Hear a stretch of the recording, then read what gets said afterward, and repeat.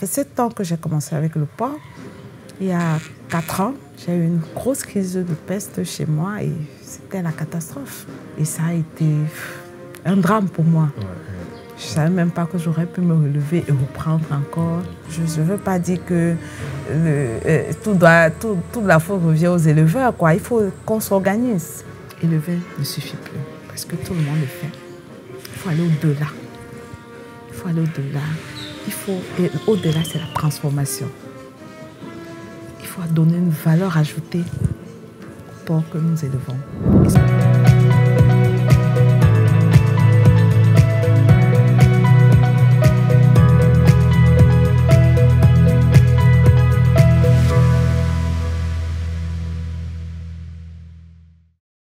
Par hasard, j'ai rencontré une jeune dame, je dirais une femme très passionnée par l'élevage de porc et surtout la transformation. Bonjour Madame Doris. Bonjour Christian, c'est un plaisir de te connaître et échanger avec toi sur le porc. On va parler du porc, non, je crois. Du porc et ce qui va. La transformation, tout ça. C'est un plaisir. Moi également, très content. Finalement, parce que... oui, c'est pas évident. Il a fallu aller à gauche et à droite pour te retrouver. Je suis allé d'ailleurs dans ta ferme. Oui, j'étais très contente de ta venue là-bas et j'espère que tu as apprécié la visite. Oui. C'était quelque chose de... C'était intéressant. Bon, Donc, la première des choses, je ne sais pas si tu peux te présenter au téléspectateur. Bon, Christian, je m'appelle Doris Mocto. Je suis une jeune passionnée, une jeune dame passionnée de l'élevage, le porc, le poulet, mais beaucoup plus le porc parce que c'est une grande passion. J'aime beaucoup cet élevage parce que le porc nous apprend beaucoup de choses. Le porc nous donne aussi beaucoup de choses. Et mon rêve, c'est d'aller au-delà de l'élevage du porc et pourquoi pas à la charcuterie.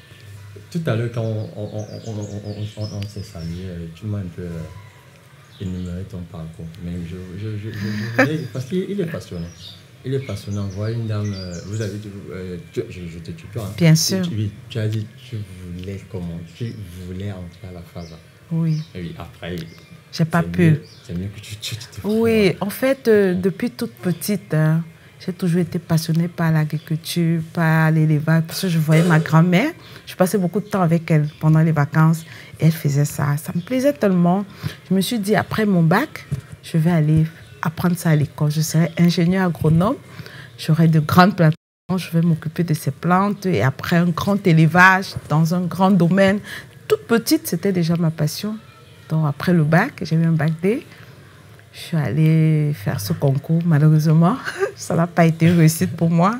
J'ai tellement pleuré d'ailleurs parce que je me suis dit, qu'est-ce que je vais faire maintenant? C'est ce que je voulais faire de ma vie et maintenant, je n'ai pas pu entrer dans cette école. Qu'est-ce que je vais faire? Bon, je me suis dit, de toutes les façons, il ne faut pas baisser les bras. On peut réussir toujours à faire ça. Même si on n'a pas appris ça de façon directe à l'école, on peut l'apprendre sur le tas. Donc, je ne me suis pas découragée. Je suis allée faire chimie à l'école. Je me suis toujours dit, ça va aider. Après la licence, j'ai fait action commerciale aussi parce que je voulais devenir déléguée médicale. J'étais à un doigt de l'être, mais ma passion pour l'élevage m'a encore rattrapée. J'ai monté une entreprise en imprimerie. Je fais dans l'imprimerie jusqu'à présent. Et je peux vous rassurer que tout ce que j'ai gagné dans ce secteur, je l'ai réinvesti dans l'élevage. On a acheté un lopin de terre, on a monté des loges, on a lancé notre porcherie. Ouais, d'ailleurs, parlant de porcherie, j'ai visité la porcherie. C'est déjà quelque chose de très encourageant. Merci. J'ai vu. Et les porcs, j'ai vu vraiment... beaucoup de choses là-dedans. Dans les naissances et aussi... dans l'engraissement. Tout à fait. Ouais. Mais la question que je me suis dit, la question que je me suis posée hier, je me dis, mais une femme, déjà, en Afrique, les jeunes ne s'intéressent pas trop à l'élevage. Encore plus une femme. Qu'est-ce que vous pensez? Une femme qui s'intéresse à l'élevage. Contrairement à l'opinion publique, les femmes sont des personnes passionnées. Hein, et tenaces surtout, parce que pour faire dans l'élevage, il faut être vraiment tenace. Si tu ne l'es pas, tu vas craquer. Parce qu'à tout bout de champ, il y a des obstacles, il y a des difficultés. Et contrairement à l'opinion, les femmes sont très tenaces, elles sont volontaires, elles sont travailleuses. Et quand elles sont passionnées, le tour est joué. Moi, c'est une passion, l'élevage, et j'aime le travail. Je n'ai pas peur de me mouiller les mains. Voilà, je peux aller à la ferme, je nettoie, je nourris. C'est une passion. Et quand tu es passionné, femme n'est pas un frein. C'est une force, parce que la capacité mentale des femmes est encore plus développée, contrairement à l'opinion que celle des hommes. Hein. Et généralement, les femmes réussissent beaucoup dans ce qu'elles entreprennent, à cause de cette force qu'elles y mettent, quoi. Ouais, et les femmes sont plus disciplinées. Surtout ça, oui, elles sont très disciplinées et engagées. Quand elles veulent vraiment, elles font vraiment des miracles. Ouais. Je pense que c'est d'abord la passion. Tu as parlé, non, c'est pas... Et tu as parlé de chimie. Oui. Tu as fait la chimie. À l'école. J'ai une licence en chimie. Ouais, ça t'a d'ailleurs aidé beaucoup dans la formulation. Oui, des aliments pour les animaux. Parce que je me suis rendu compte que tout ce qu'on fait dans la vie, hein, ça nous sert d'une façon ou d'une autre. La chimie m'a aidé à faire les aliments des porcs parce que je me suis rendu compte que les formules que nous trouvions sur le marché ne nous apportaient pas toujours les que l'on souhaitait. Tu prends des formules, tu nourris le porc, mais au bout d'un certain temps, le porc n'a pas le poids espéré. Et je me suis dit, mais moi, je suis chimiste. Qu'est-ce que le porc a besoin? Qu'est-ce qu'il a besoin? Quels sont les éléments nutritionnels dont il a besoin? Qu'est-ce que moi, j'ai appris à l'école? Il a besoin de protéines, il a besoin d'énergie, il a besoin de vitamines, il a besoin de sels minéraux. Alors, qu'est-ce que je peux faire pour lui apporter chacun de ces éléments? Et c'est là où la chimie que j'ai appris à l'école m'a beaucoup aidé à faire des formules. Et petit à petit, j'ai commencé à améliorer les aliments que nous donnions à nos porcs. Et on s'est rencontrés dernièrement, bon, on a échangé dernièrement, c'était à l'occasion de la formation. Oui, j'ai été vraiment intéressée par cette formation, malheureusement. Ouais. Mais qu'est-ce qui te pousse à chercher à switcher, à te transférer vers la transformation? Je pense qu'aujourd'hui, élever ne suffit plus.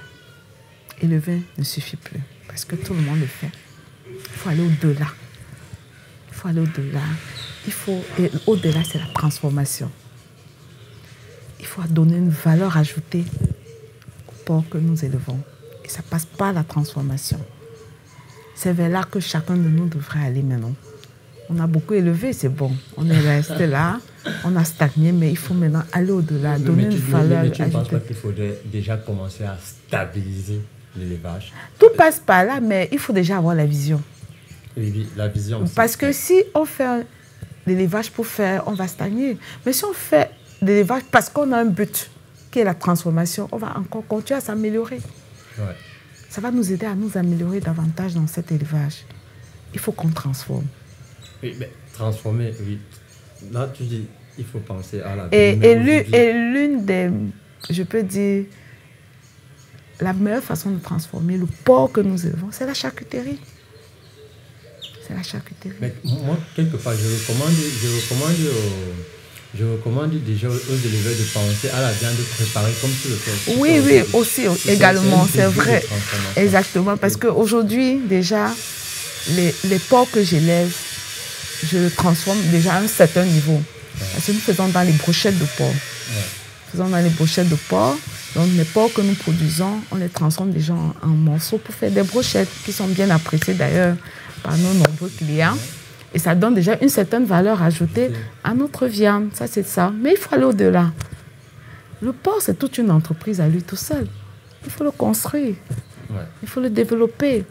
Et faire, pourquoi pas une grande industrie. Ouais. Ça, c'est mon rêve. Ouais.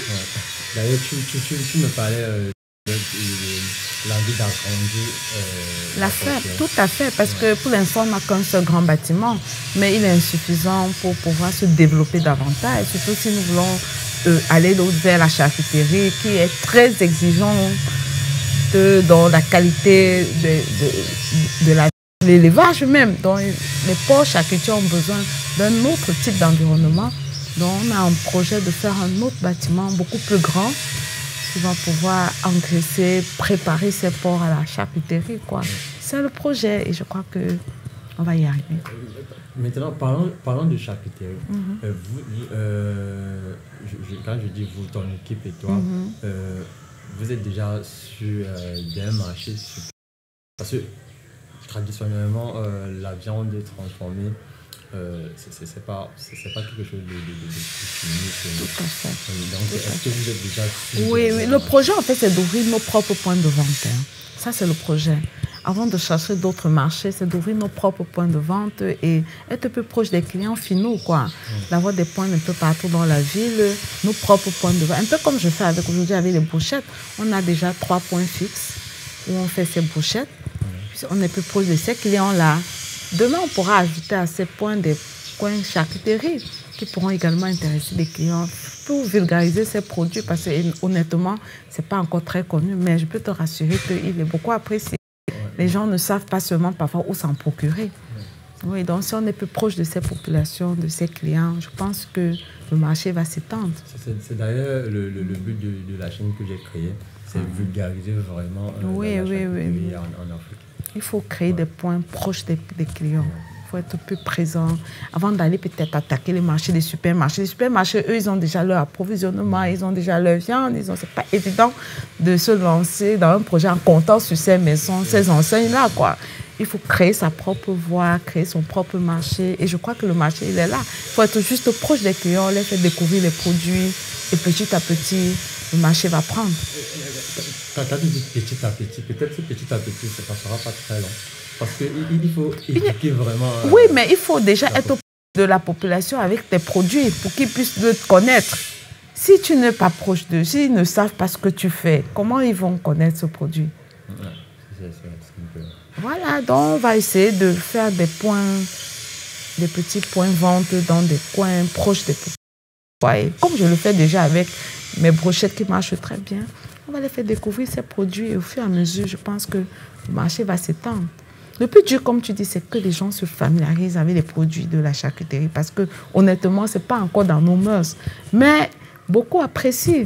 Bon, ceux qui ont goûté, ceux qui ont été déjà en contact, pourquoi pas le faire connaître à une grande population? C'est un marché qui est vierge, il faut l'exploiter. Tout terrain vierge donne des possibilités, donc il faut y aller. Il ne faut pas avoir peur de se mouiller les mains. Peut-être il faut des pionniers pour que les autres viennent également. Pourquoi pas? Mais après, quand même, moi, j'ai passé, je suis à 2 semaines. Au Cameroun. Un peu par curiosité, poser les questions aux gens. D'autres, sincèrement, même le mot charcuterie ne savent pas ce que ça signifie. Oh. J'ai commencé à me poser la peine, mais est-ce que En fait, ils ne savent pas, mais je peux te dire qu'il y a beaucoup de produits de charcuterie qui sont consommés tous les jours dehors. Par exemple, les saucisses. Je prends cet exemple-là. C'est un produit de charcuterie. C'est consommé. Les saucissons, par exemple. Je crois que dans chaque maison, on a déjà eu à consommer des saucissons. Mais peut-être ils ne savent pas que... Il faut juste le vulgariser, expliquer ce que c'est que la charcuterie. Voici un produit de charcuterie. Beaucoup le consomment déjà sans savoir que c'est de la charcuterie. Les saucisses, c'est un très grand marché qui passe super bien au Cameroun. Même si les gens ne savent pas que ces saucisses, ça font partie de la charcuterie. Donc, je ne suis pas trop inquiète par rapport à ça. Là vous me rassurez. Parce que moi ça fait peur. Quand on dit que charcuterie, je ne connais pas. Mais si vous dites saucisson, bon, c'est de la charcuterie. Oui, c'est de la charcuterie. Et maintenant, côté boucherie. Oui. Qu'est-ce que vous pensez de la boucherie en Afrique, donc de l'abattage jusqu'à la mise du produit sur le marché? Parce que je suis allé dans plusieurs boucheries, je suis allé à Ndekoti, je suis allé... Honnêtement, on est encore beaucoup dans l'artisanat. Je ne sais pas si je peux appeler ça comme ça. On n'est pas encore allé, on n'a pas encore vraiment développé le côté boucherie moderne. Mais c'est aussi le contexte économique. Il faut des courageux parce que ça coûte cher de faire une boucherie moderne. Il y a des machines qu'il faut acheter. C'est pas... l'hygiène.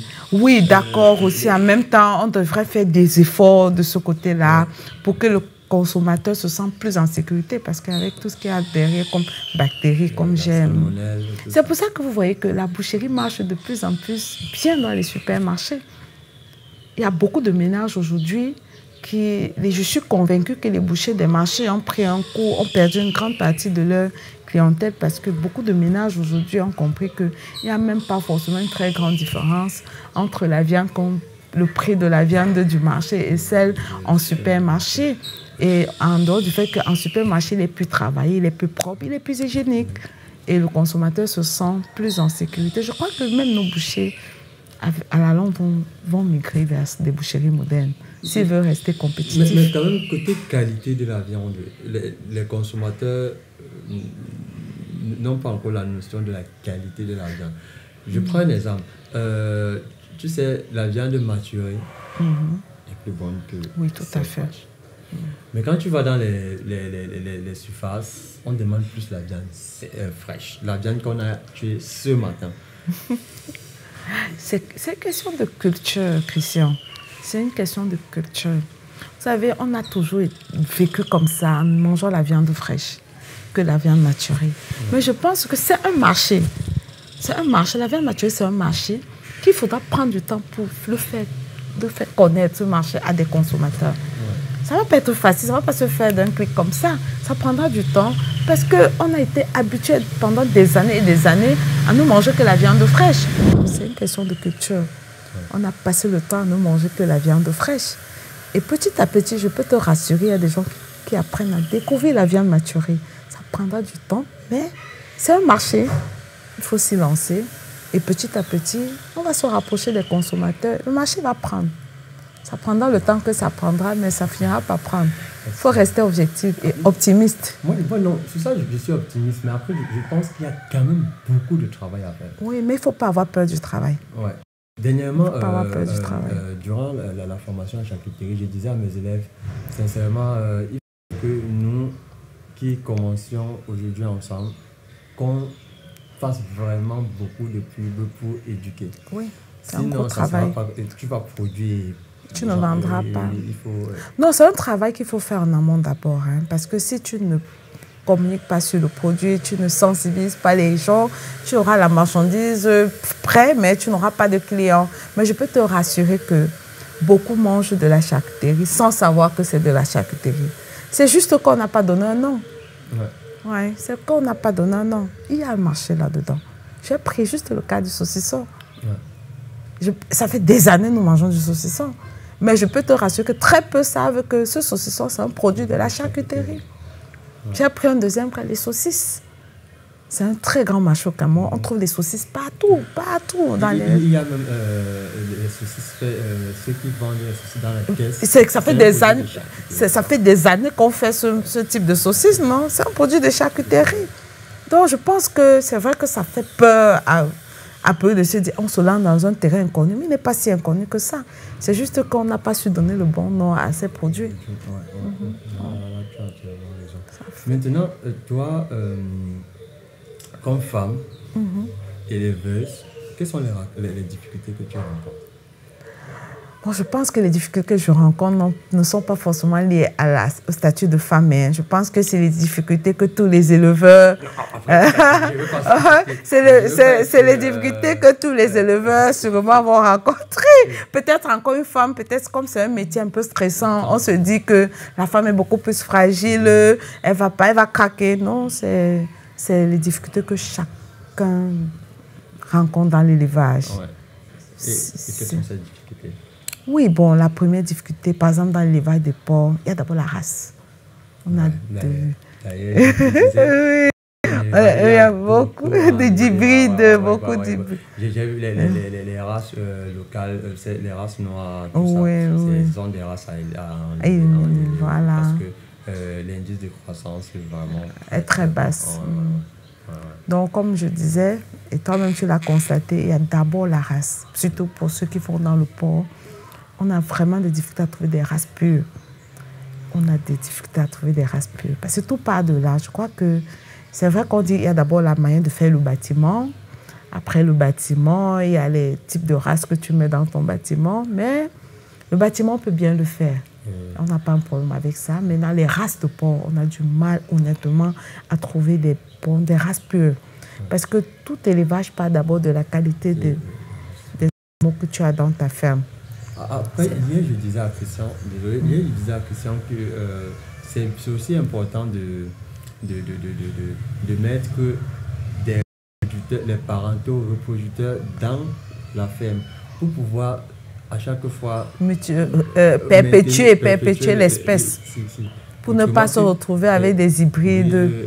Sinon, avec le temps, on dilue complètement. Et je peux te rassurer que 80%, peut-être j'ai exagéré, de fermes qui font dans le porc, en plus des hybrides. Hein.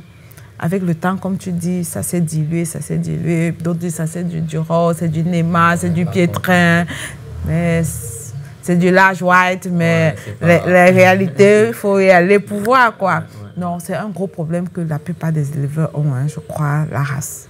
Mais pourquoi pas partir de là, de ce problème-là, créer des coopératives. Des coopératives où on va faire la sélection des races et chaque éleveur vient là. Oui, je pense que c'est aussi un travail. Je ne veux pas dire que toute la faute revient aux éleveurs, quoi. Il faut qu'on s'organise. Parce que dans ce secteur, je ne pense pas qu'il y a une bonne structure, une bonne organisation qui permet aux éleveurs déjà de se mettre ensemble et discuter de ce type de problème. Je pense qu'on doit y aller. Essayer de recenser déjà ceux qui font dans ce type. Mais les éleveurs ne sont pas ouverts. Oui, c'est vrai qu'ils ne sont pas, mais on devrait, si on veut être compétitif, si on veut faire des trucs vraiment bien, si on veut avoir des élevages qui se développent de façon exponentielle, on devrait peut-être s'asseoir et discuter de nos problèmes. Parce que je suis convaincue que ces problèmes sont partagés à grande partie par tous les éleveurs. Voilà. Et donc, tu dis qu'il faut résoudre le problème de la Oui, race. oui, c'est d'abord, ça c'est un problème qu'on a, en fait que moi j'ai, je suppose que beaucoup en ont également. Deuxième problème, il y a le problème de l'aliment. Oui, l'aliment, c'est un autre problème parce que ça coûte extrêmement cher et ce n'est pas stable. Oui, c'est pas stable. Aujourd'hui, tu vas payer le kilo de maïs à 120 francs. Demain, tu le payes à 250 et sur le marché, le coût du kilo de viande ne fluctue pas. Ça ne monte pas ou descend en fonction du coût de l'aliment. Il est stable. Donc, le kilo du porc, il est connu, il est stable. Toi qui te bats pour nourrir ton porc et le mettre sur le marché, parfois tu le fais à perte parce que... Raison de plus se lancer en charcuterie, en transformation. Exactement. C'est tout ça qui nous pousse à dire qu'il faut aller au-delà parce que ça te permet de ne pas trop avoir ce genre de problème, quoi. Quand tu transformes ton porc, c'est une grande valeur ajoutée qui va se compenser dans la vente de tes produits. Voilà. L'achat des aliments, les prix qui varient. Ça varie énormément. Et parfois la qualité même. La qualité. Voilà, la qualité. Parfois on achète des aliments qui sont plus forcément de très bonne qualité. Et ça se ressent sur le porc. Il ne se développe pas aussi vite qu'on l'aurait souhaité. On travaille, on réfléchit chaque jour comment faire pour améliorer tout ça, quoi. On espère que avec peut-être la grâce de Dieu aussi, hein. Quand ça nous dépasse parfois, on appelle le Seigneur au secours. Il faut développer aussi un esprit scientifique. Oui, tout à fait. C'est pour ça que je dis, j'utilise parfois mes petites compétences en chimie pour essayer de dire qu'est-ce que le porc a besoin, comment je peux faire un aliment complet pour lui sans être obligé de tripatouiller, quoi. Parce qu'à force de tripatouiller aussi, on n'a pas les résultats escomptés. Donc, on a la race, l'alimentation et le prix, comme je l'ai dit, sur le marché qui n'est pas forcément à la valeur de l'effort de l'éleveur, quoi. Mais on doit aussi tenir compte de l'aspect économique et tout. Voilà. Mais après, on ne peut pas aller dans une niche, on définit ses prix et on se fixe là. Je sais que ça sera difficile de vendre. Mais ce n'est pas organisé, en fait. C'est un secteur qui n'est pas organisé, à ce que je sache. Donc, parfois, ça va dans tous les sens. Ce n'est pas évident. Et donc, on parlait de l'aspect prix, les prix qui varient énormément. Donc, il y a un peu comme je me rappelle d'ailleurs de Rockefeller, John Davis Rockefeller, qui limiter la frustration, la variation Des prix. des prix du pétrole, lui, il a fait le monopole. Il rachetait pour tout le monde. Voilà, il et il vendait à son prix. Il a fait, c'était pas parce qu'il voulait, en réalité, il ne voulait pas s'accaparer de tout. Non, il voulait que les vendeurs de pétrole uniformisent leur prix de vente. Parce que certains ne voulaient pas, il était obligé d'acheter. Pour tout le monde. Donc, on peut parler sur ce modèle-là. Travailler tous ensemble. Ça, c'est compliqué, alors là. C'est compliqué. Et tu l'as dit tout à l'heure, les éleveurs sont des personnes un peu fermées. Personne ne peut ouvrir sa maison comme ça pour te montrer comment ça se passe. C'est compliqué. Je pense plutôt que peut-être on peut se réunir peut-être en coopérative, comme tu as proposé, et discuter des problèmes qui pourront aider chacun dans sa maison. Je dis qu'on va essayer de... C'est compliqué, à mon avis. C'est pas évident du tout. Il faut que nous fassions des trucs réels. C'est pas impossible, non? Mais je dis, c'est compliqué. Parce que c'est des secteurs où les gens ne sont pas très ouverts. Et pour que ça marche, il faut vraiment être ouvert. Donc, je ne sais pas. Honnêtement, c'est compliqué. Mais par contre, je pense qu'on peut s'asseoir quand même sur une table et discuter de nos problèmes, ensemble trouver des solutions. Même si chacun va prendre ses solutions et ramener dans sa maison, quoi. Oui, mais ça pourra un peu déjà, ça sera déjà un début pour que ce secteur soit un peu plus compétitif. Il faut beaucoup de communication. Oui. Mais c'est pas facile. Pas du tout. Les éleveurs sont vraiment fermés. Que ce soit l'éleveur, que ce soit le boucher, même le boucher est fermé. Parce que je suis allé en Ndekoti, je voulais le contact des éleveurs pour échanger un peu, savoir les difficultés. Même le boucher ne te donnait pas. C'est pas possible. Pourtant, c'est pour une cause noble. Parce qu'à force de parler de nos problèmes, je me dis toujours qu'une porte pourra s'ouvrir et des solutions seront apportées. Mais si on n'est pas au courant de tout ce que nous traversons comme difficulté, comment on va être aidé? Il faut travailler ça petit à petit. C'est pas évident. Et tout à l'heure, tu m'as dit que tu as perdu plus de 8 millions et demi. Ah oui, c'est des difficultés parce que on ne peut pas s'engager dans l'élevage, comme je pense, là, sans parfois être confronté à des situations critiques. Moi, ça fait 7 ans que j'ai commencé avec le porc.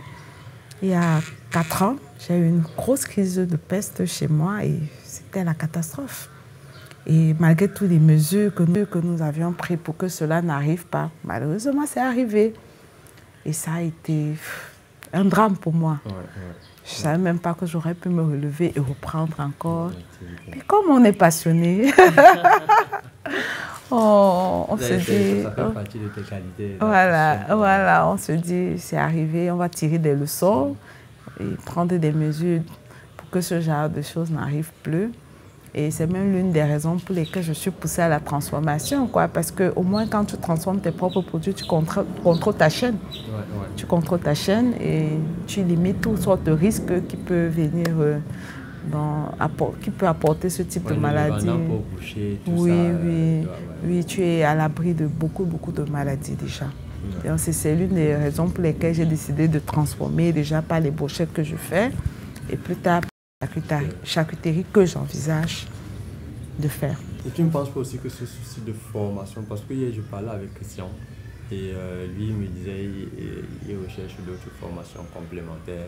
Tu ne penses pas que ce souci de formation soit vraiment un gros problème pour les éleveurs camerounais? Même dans tout ce secteur, il y a un déficit de formation.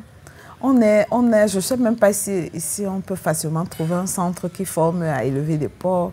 C'est difficile, peut-être il y en a, mais c'est difficile, non? Chacun essaie de se débrouiller sur le tas. Il n'y a pas des écoles. Il y a de plus en plus, quand même, j'entends ce genre d'école, mais peut-être propre à l'élevage des porcs, par exemple.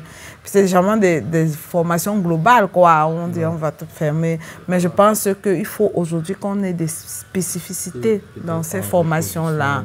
Exactement, parce que dans l'élevage des porcs, il y a les naisseurs, il y a les engraisseurs. Il faudrait vraiment qu'on se lance dans ces formations spécifiques.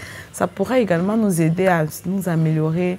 On a un gros déficit de formation. C'est pour ça qu'on essaie de chercher sur le net, chercher des formations en ligne pour pouvoir continuer à s'améliorer.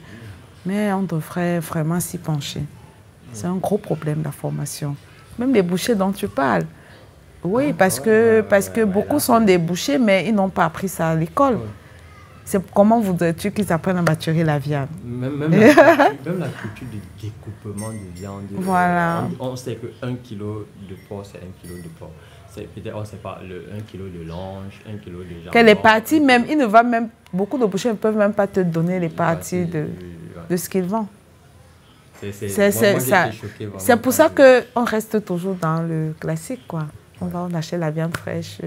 Ceux qui connaissent peuvent dire, donne-moi les côtelettes. L'autre va dire, bon, je préfère le jambonneau. L'autre, pour ceux qui connaissent, mais très peu connaissent. Ils montrent la partie qu'ils veulent du doigt. Je veux la partie ici. Je ne connais même pas le nom. Justement, ça sera toi, moi, les autres qui s'intéressent au secteur d'éduquer. Oui, c'est un gros travail, c'est un gros travail. Oui, donc on parlait de... Oui, la formation, déficit de formation dans le secteur et je pense que pour que nous soyons compétitifs, que nous ayons des bons produits, que nous soyons vraiment au top dans ce que nous faisons, nous devons nous former davantage. Ouais. Je crois que je suis venue même vers toi, c'était par ce souci. Voilà, il faut vraiment se former pour pouvoir faire de bonnes choses. Ça en formation... On ne peut rien faire, on va bricoler. Soit on peut arriver à un bon résultat par tâtonnement. Ça demeure que ça reste toujours du bricole. Pourtant, si on veut vraiment, vraiment exceller dans ce qu'on fait, il faut respecter les règles. Et les règles passent par la formation. Doris, ça a été un grand plaisir. Plaisir partagé. Ouais, de t'interviewer. J'aimerais que tu passes un dernier message à nos téléspectateurs. Qu'est-ce que je vais dire, Christian? Juste que l'élevage est bien, c'est une passion et je demande à tous les jeunes de s'y lancer. Je demande aux jeunes de s'y lancer parce que quand ça commence à être difficile, quand on dit chez nous la terre ne ment pas, je pense qu'on peut s'y lancer et réussir à construire sa vie à travers. Moi, je fais ça depuis de nombreuses années. Je ne peux pas dire que ça ne m'a rien apporté. Au contraire, ça m'a beaucoup apporté. On espère même que ça va nous apporter davantage. Donc, je conseillerais à beaucoup de jeunes, à beaucoup de femmes surtout, de ne pas avoir peur de s'y lancer. Parce que au bout de l'effort, il y a la récompense. Et je dis merci à Christian pour la peine qu'il a pris d'arriver jusqu'à chez moi aujourd'hui pour réaliser cette interview. Ça n'a pas été facile. J'espère que j'ai pu répondre à toutes tes préoccupations et à ceux de ceux qui nous écoutent ou nous suivent, quoi. Merci encore. Ok.